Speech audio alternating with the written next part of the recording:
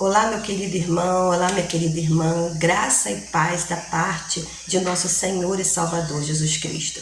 Que alegria estar com você nesse dia de quarta-feira, dia 13 de janeiro do ano de 2021. Encontrar com você é uma alegria para mim, porque estamos estudando a palavra de Deus, algo que o Senhor tem nos confiado, tem nos segredado, que é preciso nos aprofundar nos seus ensinos para que nesse tempo nós possamos nos manter de pé. Queridos, e estudar a carta aos Colossenses com os amados irmãos tem sido assim uma proposta maravilhosa. Haja visto o tema anual da nossa igreja, para esse ano de 2021, saiu dessa carta, né? Aos Colossenses 2, 6 e 7.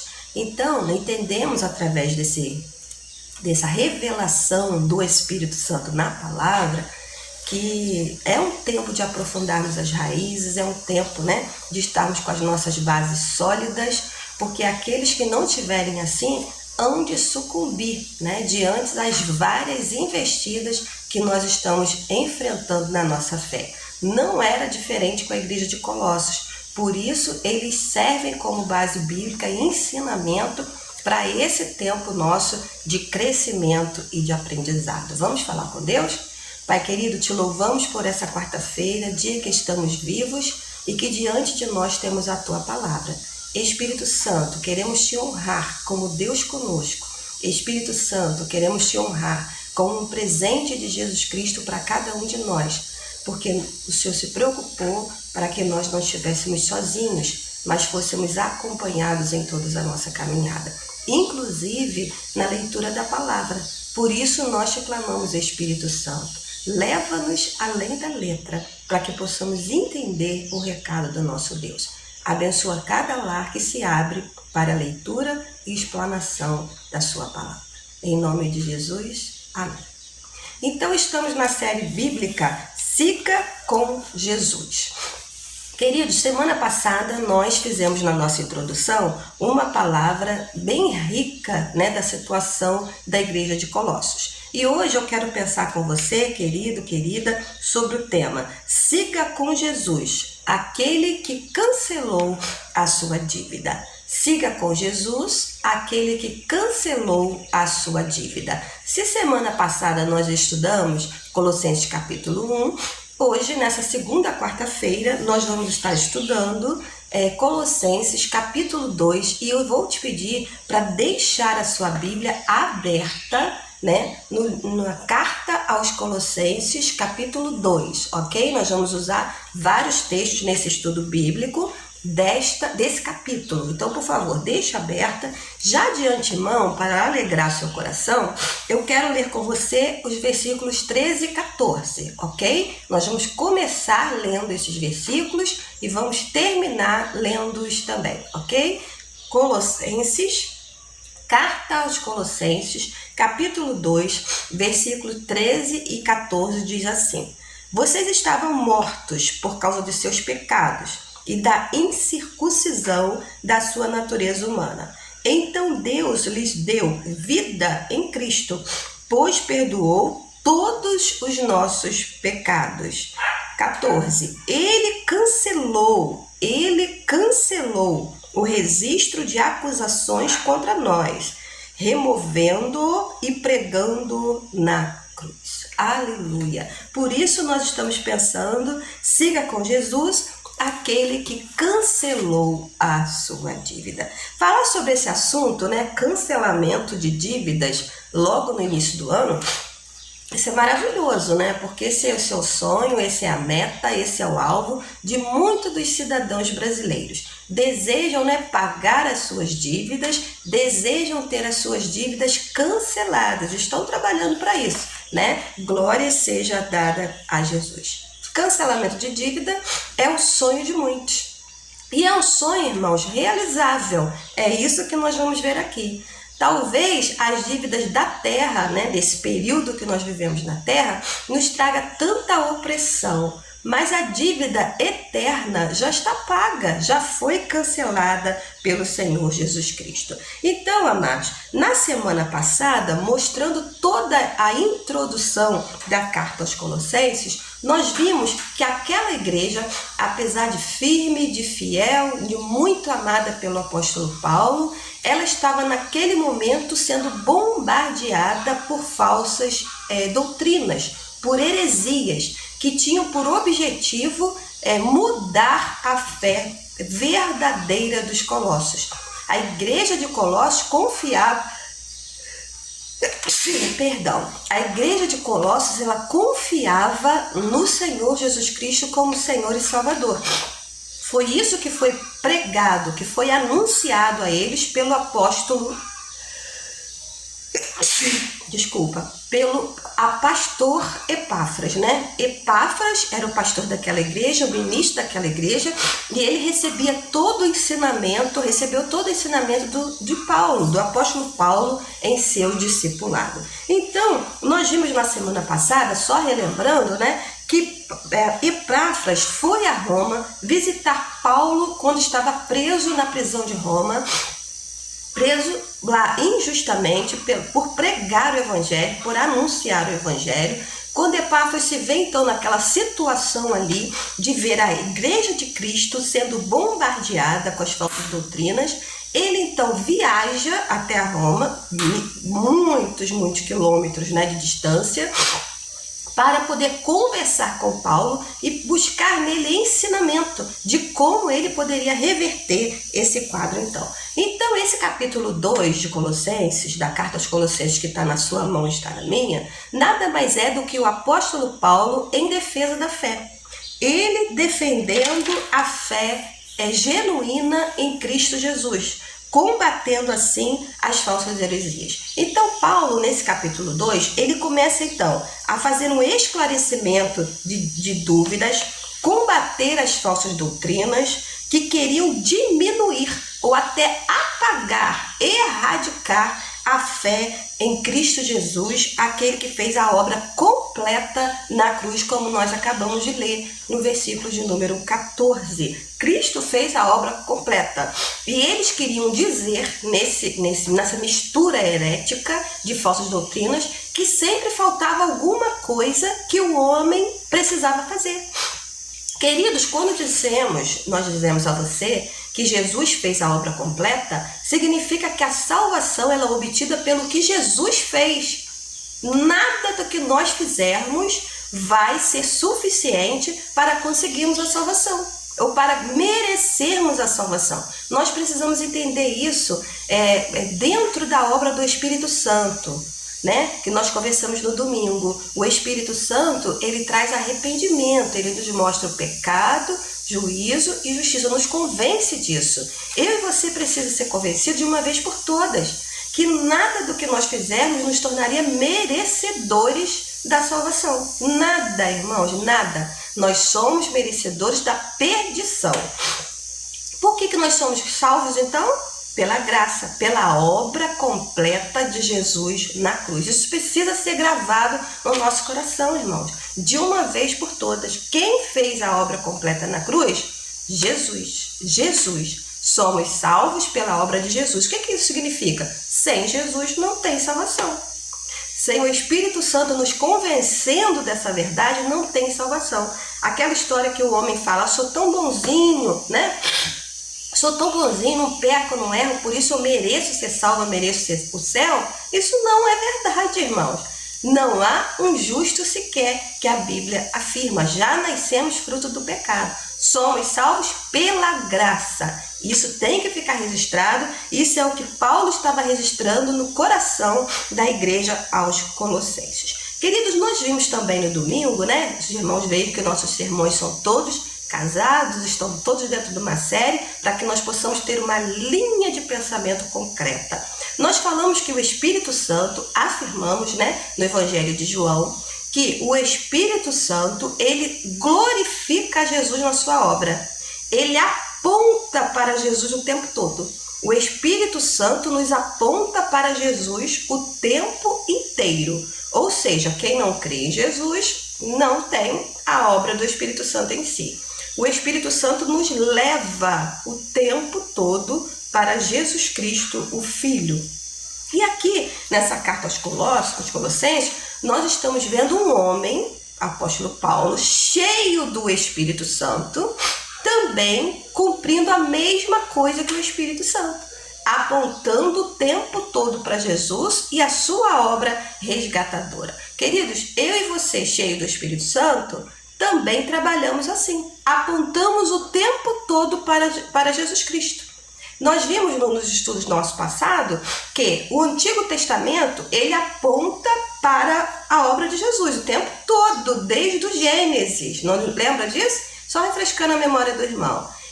O Antigo Testamento aponta para a vinda do Messias.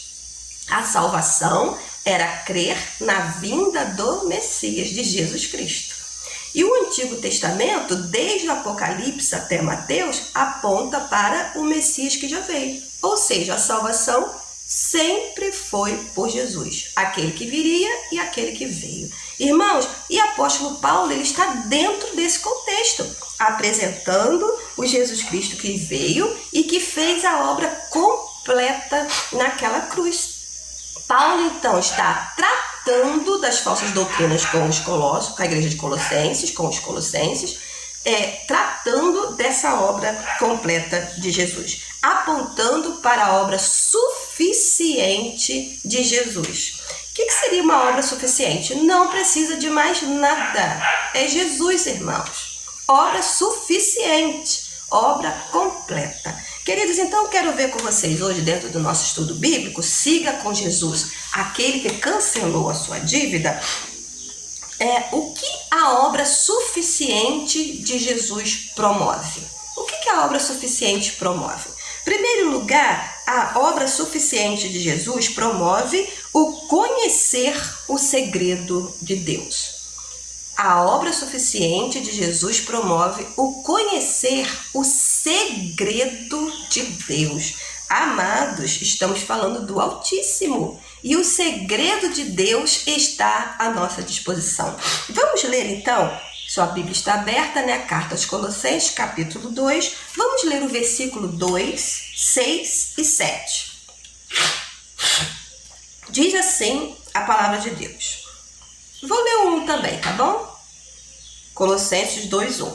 Quero que saibam quantas lutas tenho enfrentado por causa de vocês e dos que estão em Laodiceia, e por muitos que não me conhecem pessoalmente. 2. Que eles sejam encorajados e unidos por fortes laços de amor e tenham plena certeza de que entendem o segredo de Deus, que é o próprio Cristo. Vou até repetir. Que tenham plena certeza de que entendem o segredo de Deus, que é o próprio Jesus Cristo. Vamos ler o 6 e o 7? Diz assim. E agora, assim como aceitaram Cristo Jesus nosso Senhor, continuem a segui-lo, aprofundem nele suas raízes e sobre ele edifiquem a sua vida. Então sua fé se fortalecerá na verdade que lhe foi ensinada, e vocês transbordarão de alegria. Aqui está o tema anual da Igreja Batista do Bandeirantes 1 para o ano de 2021, versículos 6 e versículos 7. Queridos, essa obra suficiente de Jesus Cristo, né, ela nos permite conhecer o segredo de Deus, o segredo do Altíssimo, o segredo do Soberano é revelado aos homens.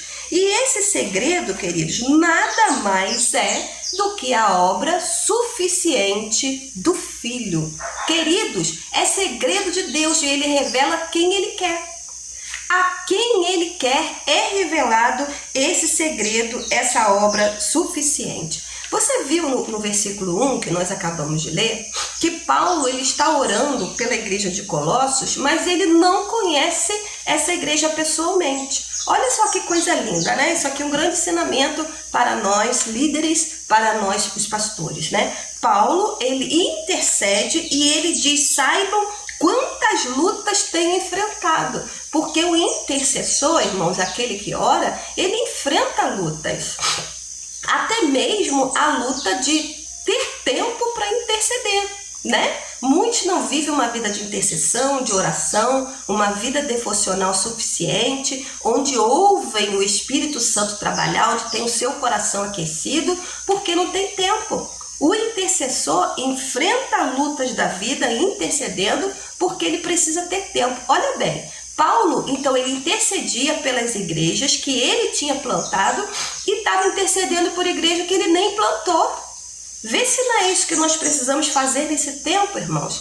Está orando por todos os cristãos do mundo todo que estão enfrentando problemas e dificuldades. E nós nem conhecemos a todos, mas nós não podemos estar orando só pelo nosso arraial, porque tem cristãos, servos de Deus, pessoas, famílias inteiras, muito sofridas, carecendo da nossa intercessão. E nós não entramos na luta. Apóstolo Paulo entrou na luta. Nós não entramos. Não tenho tempo, minha oração precisa ser de 2 minutos. Lembra que eu falei no domingo que o Espírito Santo nos lembra, coloca no nosso coração as pessoas que nós devemos orar e interceder? Pois é, Paulo estava aqui, sendo trabalhado pelo Espírito Santo para orar e interceder pela igreja de Colossos e também de Laodiceia, que é citado nesse versículo de número 1. O que Paulo está desejando a essas igrejas é que elas fossem conhecedoras do segredo de Deus, que é Cristo Jesus.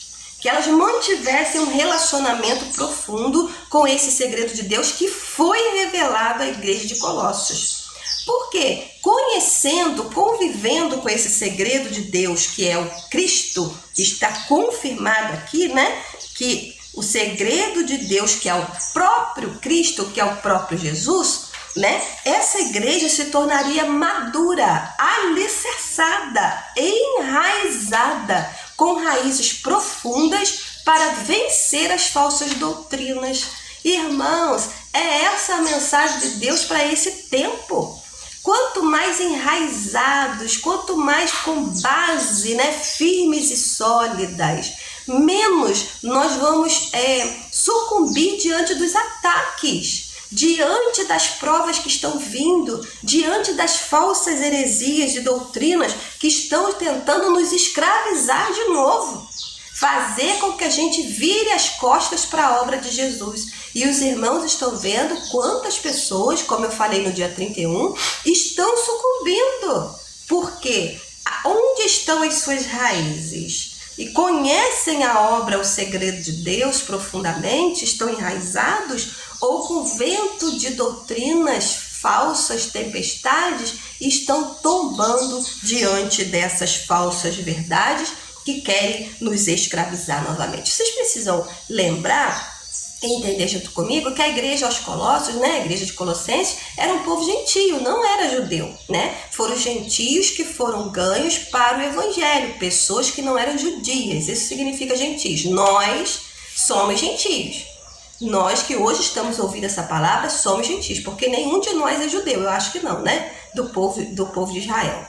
Então, queridos, nós somos os gentios que fomos atingidos pela essa palavra como a igreja de Colossos. Então, diante do conhecimento da palavra de Deus, né, por Epáfras, a igreja aos Colossos se tornou livre, se tornou liberta em Cristo Jesus. Passou a crer na obra da cruz, aquela que liberta de todo pecado, que nós acabamos de ler. Cancelou as dívidas, cancelou, nos tornando livres. Mas as falsas doutrinas vieram no sentido de querer escravizar novamente, tornar esse povo com a mente cativa novamente. Queridos, então, diante dessa verdade dita nesse capítulo 2, né, nós podemos entender que o segredo de Deus foi revelado a cada um de nós, que é Jesus Cristo e a obra da cruz. Querido, se você crer, preste atenção, a gente costuma dizer assim, a minha fé é tão pequena, né? Realmente é, mas lembra, um grão de mostarda pode remover uma montanha, que o próprio Jesus falou. Queridos, se você crê que Jesus Cristo é o Filho de Deus, preste atenção, né? É o Filho de Deus. Que nós cremos na Trindade, Deus Pai, que por amor nos entregou o seu Filho Jesus para morrer naquela cruz e ressuscitar. Se você crê que Jesus veio em carne, nascido de mulher, de uma virgem, morreu naquela cruz no seu lugar e no meu lugar, ressuscitou ao terceiro dia, viva está e voltará para nos buscar. Se você crê que Ele mesmo pediu ao Pai para nos enviar o Espírito Santo, que estava com Ele desde a eternidade, que esse trio é um, nós cremos na Trindade que se transformam em um. E eu preciso adorar a Deus Pai, Deus Filho e Deus Espírito Santo com a mesma intensidade. Queridos, se você crê nisso para a sua salvação, você descobriu o segredo de Deus. O segredo de Deus foi revelado a você, querido irmão, querida irmã. Está descortinado. E para quantos esse segredo continua obscuro? Porque ainda não alcançaram a fé para entender o segredo de Deus. Então, amados, nós vemos aqui claramente que a obra suficiente de Jesus promove o conhecer o segredo de Deus. E conhecendo o segredo de Deus, o que isso traz para a minha vida? O que isso promove em mim, né? A obra suficiente de Jesus promove o que em mim? Quando eu descubro o segredo de Deus, o que isso traz para a minha vida? É o que nós vamos ver agora, né, no tópico 2, que diz a libertação da escravidão. Conhecer o segredo de Deus, conhecer a obra suficiente de Jesus naquela cruz e crer nela, traz para nós a libertação de toda escravidão. Vamos ler o versículo 8?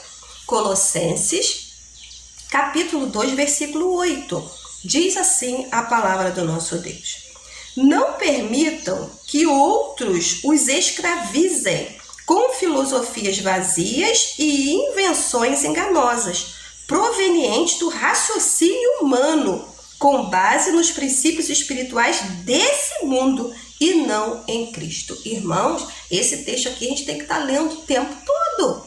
Olha só, há pessoas, há filosofias vazias que querem nos escravizar, mas elas são provenientes da mente humana, não da mente de Deus, né? Com base nos princípios espirituais desse mundo e não em Cristo Jesus. Essas filosofias vãs, essas falsas doutrinas, essas heresias que vão sempre contra a palavra de Deus, têm um objetivo: nos escravizar novamente, tirar a liberdade de Cristo Jesus em nossa vida, a salvação de Cristo Jesus e nos tornar novamente escravos do pecado. Paulo, ele não era contra a filosofia, irmãos, não era, mesmo porque ele também era um grande filósofo.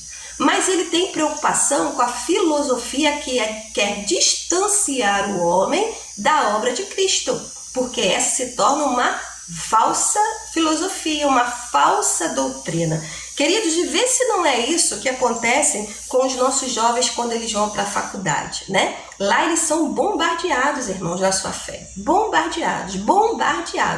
Tanto é que grande parte dos jovens que entra numa faculdade, né, se não for enraizado, edificado, né, acaba, irmãos, virando até ateu. Desacredita até que Deus ele existe. E Paulo está aqui nos anunciando: cuidado, os falsos profetas eles estão aí, querendo tornar-lhes escravos novamente, visto que Cristo já libertou. Nós sabemos que a igreja de Colossos era uma igreja viva, e Paulo admirava essa igreja por causa disso.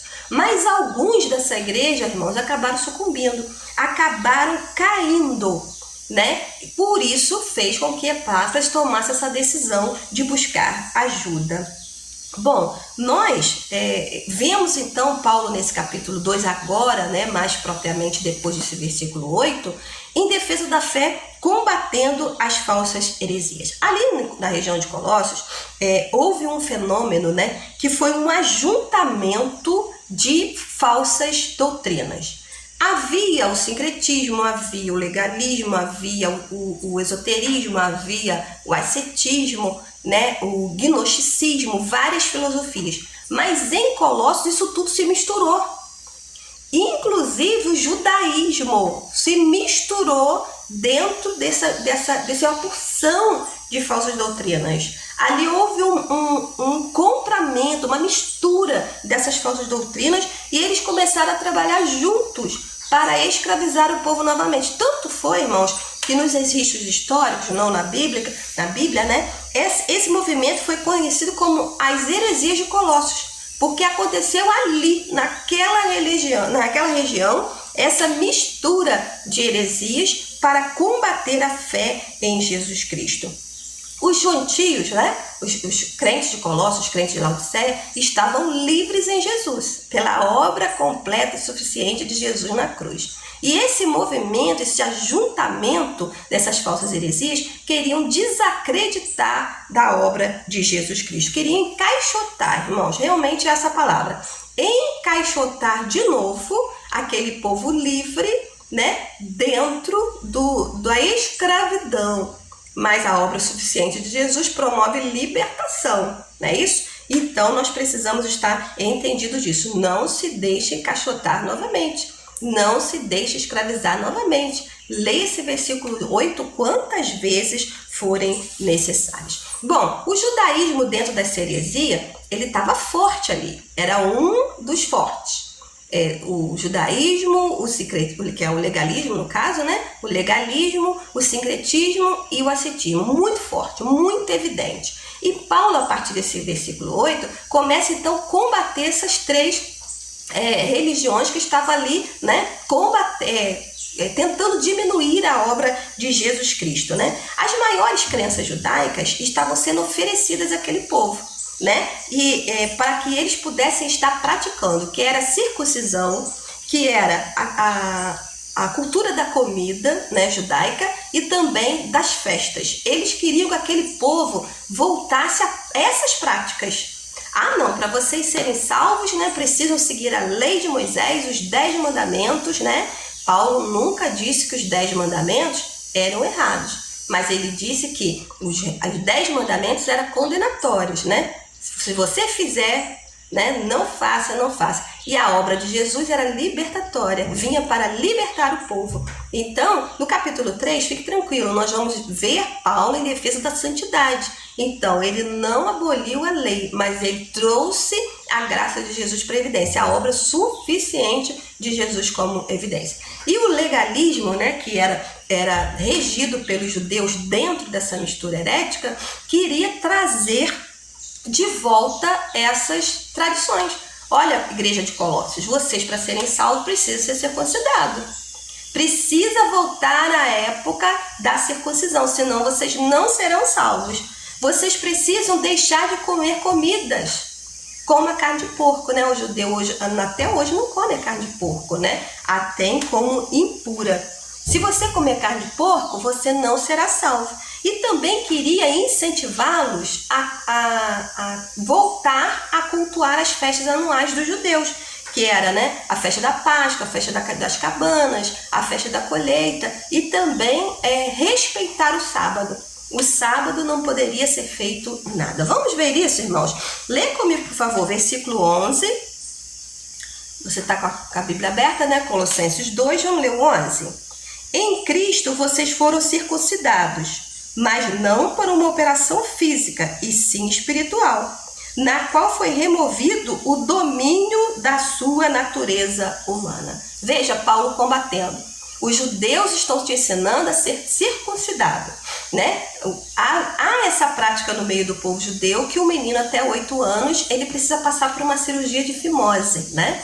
Então, eles queriam que os colossenses a igreja de Colossos fosse circuncidada, dizendo que sem a circuncisão não havia salvação. O que isso significava para o povo judeu, irmãos? Que quando o prepúcio do menino era cortado, né? Eu fiz assim porque a palavra está afirmando aqui, né? Não foram circuncidados por uma operação física,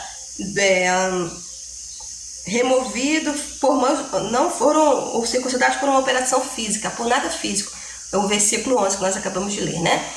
Diz a história, não é um fato bíblico, né? Não é bíblico, irmãos. É um fato histórico, está nos anais históricos. Que o rabino, né, aquele que fazia essa operação de fimose, ele deixava a sua unha crescer, né? Crescer e endurecer.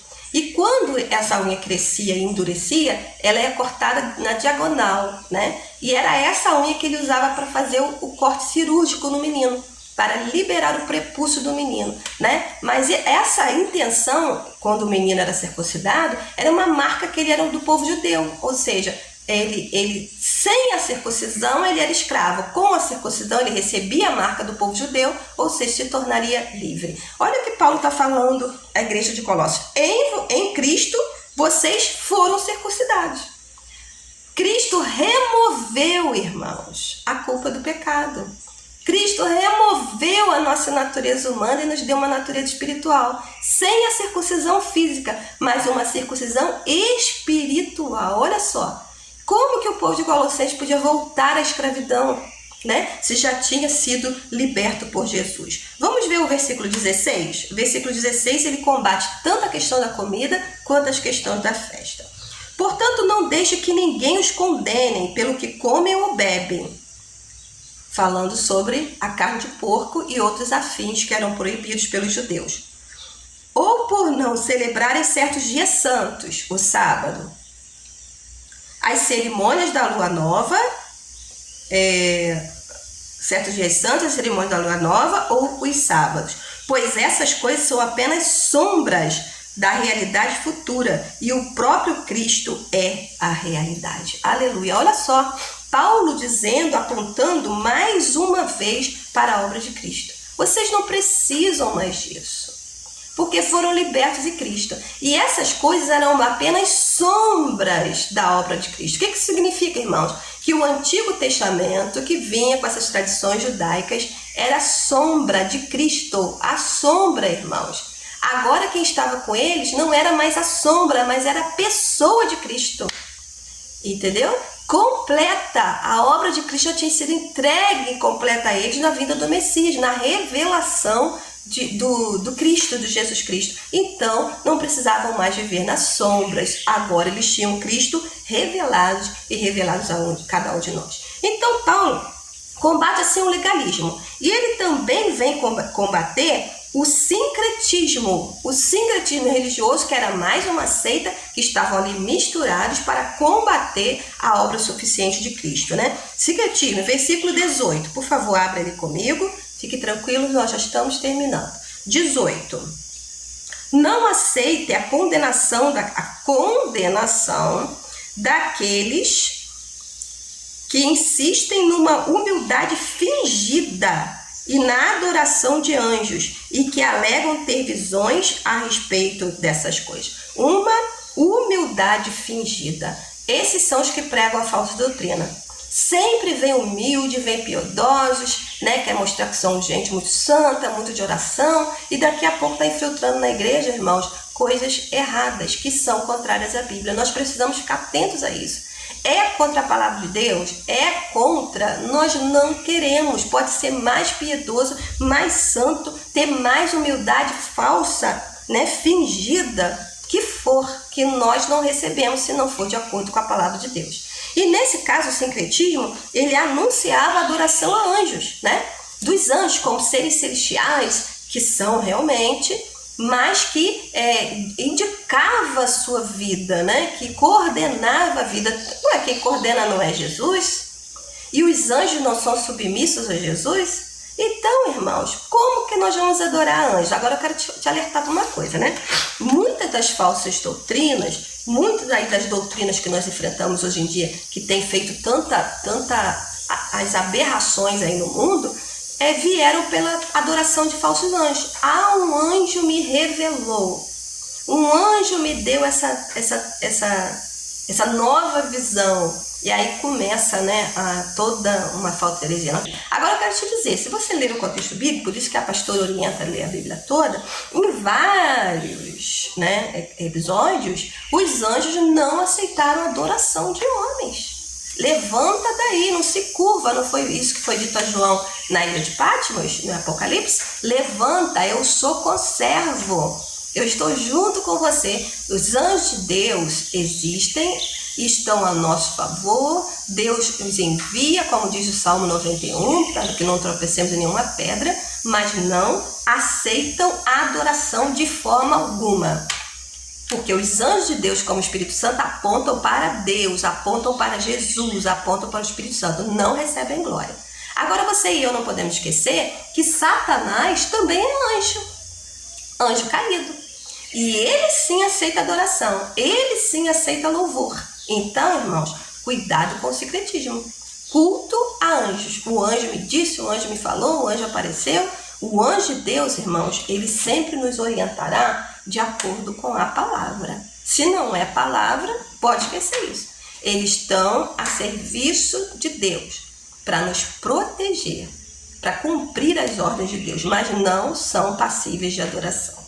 Queridos, e Paulo então, ele combate, né, essa questão do sincretismo, dessas relações, de relacionamento com anjos de adoração. Queridos, em terceiro lugar, Paulo combate também mais uma seita que estava nessa mistura aí, o ascetismo. Eu falei com os irmãos sobre isso semana passada e hoje nós estamos vendo Paulo combatendo veementemente essas seitas. O ascetismo, versículo 20 a 23.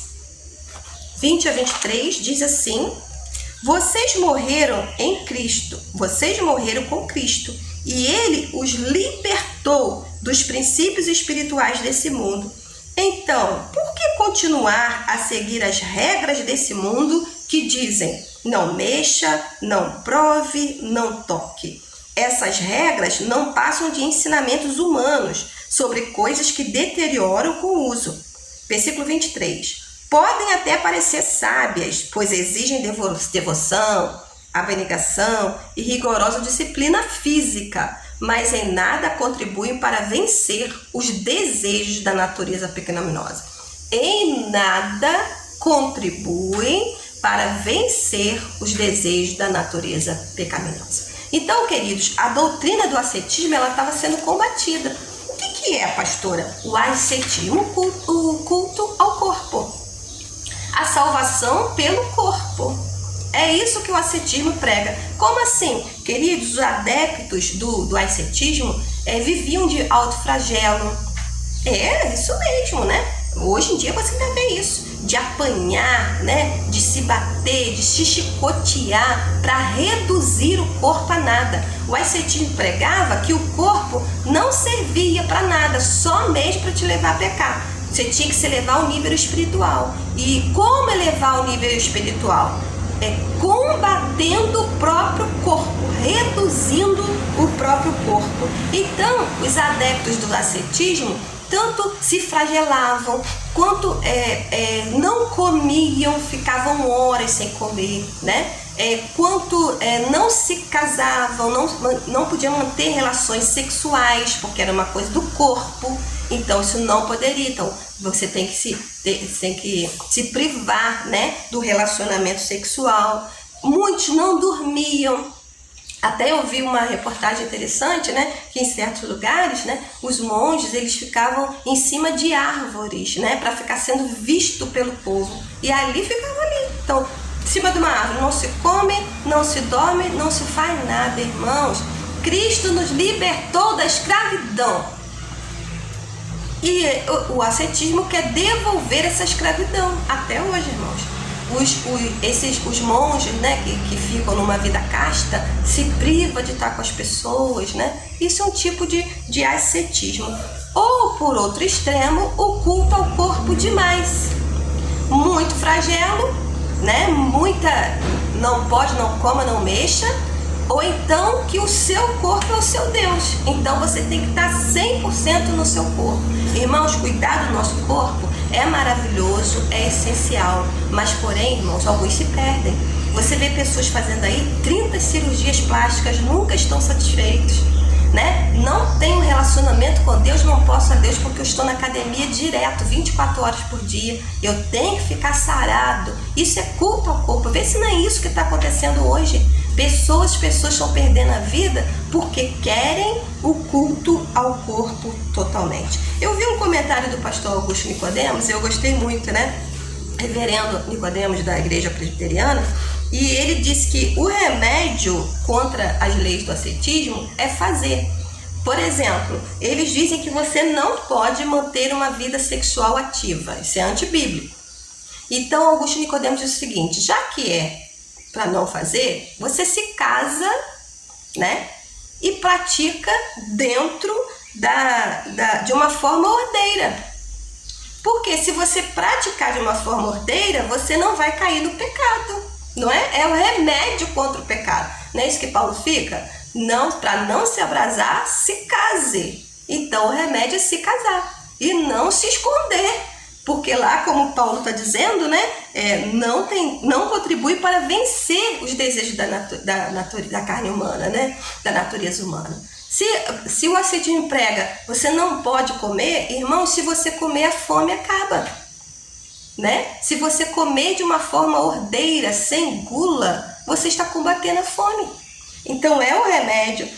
O ascetismo diz: não durma. O remédio para o sono é dormir. Então, se você dormir de uma forma ordeira, né, você terá saúde física para viver. Então, o remédio, segundo Augusto Nicodemos, é fazer, justamente, né?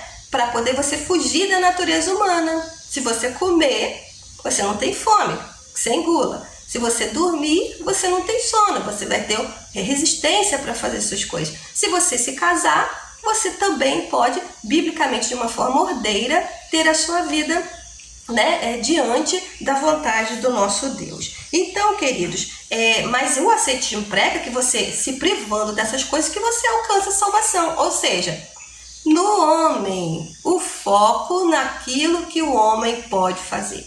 E apóstolo Paulo, a palavra, afirma que a salvação vem de Jesus Cristo. A obra suficiente de Jesus Cristo, não é o que eu e você podemos fazer. Concluindo a minha fala, né, nesse estudo do capítulo 2 de Colossenses, eu vou reler com você, como eu prometi no começo, versículos 13 e 14, para ficar gravado em nossa memória. Precisamos estar enraizados nessa verdade. Aprofunde suas raízes nessa verdade, na obra suficiente de Cristo. 13 e 14, achou? Vocês estavam mortos por causa de seus pecados e da incircuncisão da sua natureza humana. Então, Deus lhes deu vida com Cristo e perdoou todos os nossos pecados. Perdoou todos os nossos pecados, todos, irmãos, o do passado, o do presente e os do futuro, que você ainda vai cometer. Cristo, a obra de Cristo é suficiente quando nós o aceitamos como nosso Senhor e Salvador. Versículo 14. Ele cancelou o registro das acusações. Cancelou o registro das acusações contra nós, removendo-o e pregando na cruz. Versículo 15 eu quero ler com vocês. Desse modo, desarmou os governantes e as autoridades espirituais e os envergonhou publicamente aos vencê-los na cruz. Governantes e autoridades espirituais, os acusadores, Satanás. Quando ele vem nos acusar, irmãos, dos nossos pecados, que você não serve para ser salvo, que você é muito pecador, é isso que você tem que falar para ele. A minha dívida foi cancelada por Jesus na cruz. Por Jesus na cruz. E por ele eu sou liberto. Siga com Jesus, pois ele cancelou a sua dívida. E é nele, irmãos, que nós estamos sendo advertidos para esse tempo, para nos enraizar e caminhar. Continuem a segui-lo. Caminhe com Jesus. Porque assim, irmãos, nenhuma falsa doutrina há de nos combater. A nossa fé está firmada em Jesus. Siga com Jesus, aquele que cancelou a sua dívida. Deus te abençoe em nome de Jesus Cristo.